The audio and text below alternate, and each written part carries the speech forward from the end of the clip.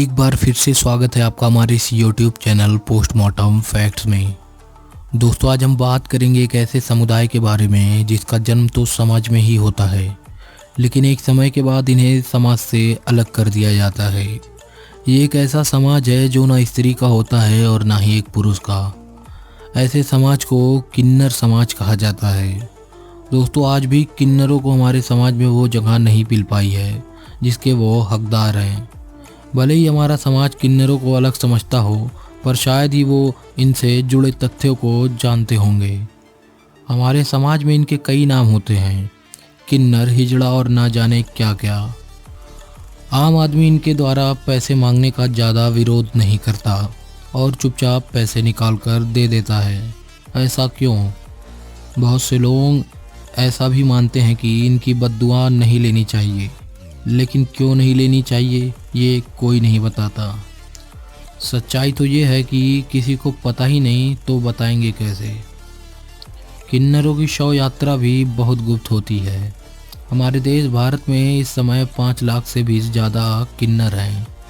आज हम आपको बताएंगे किन्नरों से जुड़ी कुछ ऐसी बातें जो आप हमेशा से जानना चाहते थे।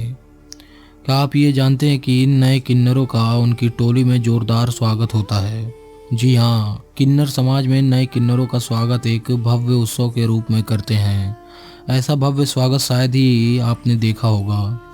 फंक्शन में नाच गाना तो होता ही है, साथ ही साथ अच्छी खासी दावत का भी इंतज़ाम होता है। इतना ही नहीं, शुद्धिकरण के बाद उसका नया नाम भी रखा जाता है। इस तरह नए सदस्य की किन्नर समाज में एंट्री होती है। इस समाज में गुरु और शिष्य के फार्मूले को फॉलो किया जाता है। जी हाँ, हर किन्नर का एक गुरु जरूर होता है जिन्हें अपने शिष्य के बारे में सारी जानकारियाँ होती हैं।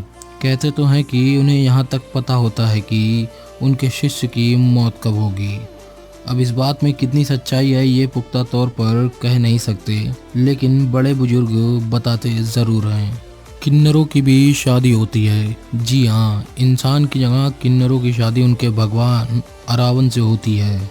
किन्नर समाज में ये शादी सिर्फ एक दिन तक ही मान्य रहती है। किन्नर केवल एक रात के लिए ही अपने भगवान से विवाह करते हैं। उसके अगले दिन ही ये खुद को विधवा कर लेते हैं।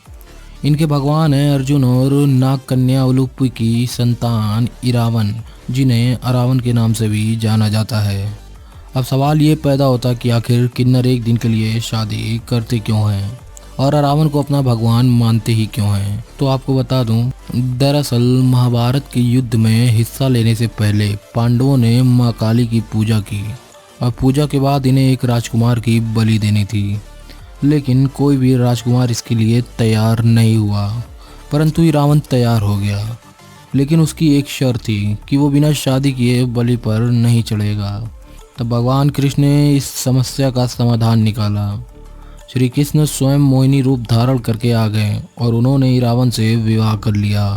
अगले ही दिन सुबह रावण की बलि दे दी गई और श्री कृष्ण ने विधवा बनकर विलाप भी किया। इस घटनाओं को ही याद करके किन्नर एक ही दिन के लिए विवाह करते हैं और अगले ही दिन विधवा हो जाते हैं। किन्नरों का विवाह उत्सव देखने के लिए आपको तमिलनाडु जाना होगा। यहाँ तमिल नववर्ष की पहली पूर्णिमासी को किन्नरों के विवाह का उत्सव शुरू होता है और 18 दिनों तक चलता है। 17वें दिन ये अपने भगवान रावण के साथ विवाह रचाते हैं और अगले ही दिन सारा श्रृंगार उतार कर किसी विधवा की तरह विलाप करते हैं। हालांकि बाद में वो किन्नरों की तरह ही रहते हैं। कहते हैं कि किन्नरों की ये रस्म बड़ी प्यारी होती है।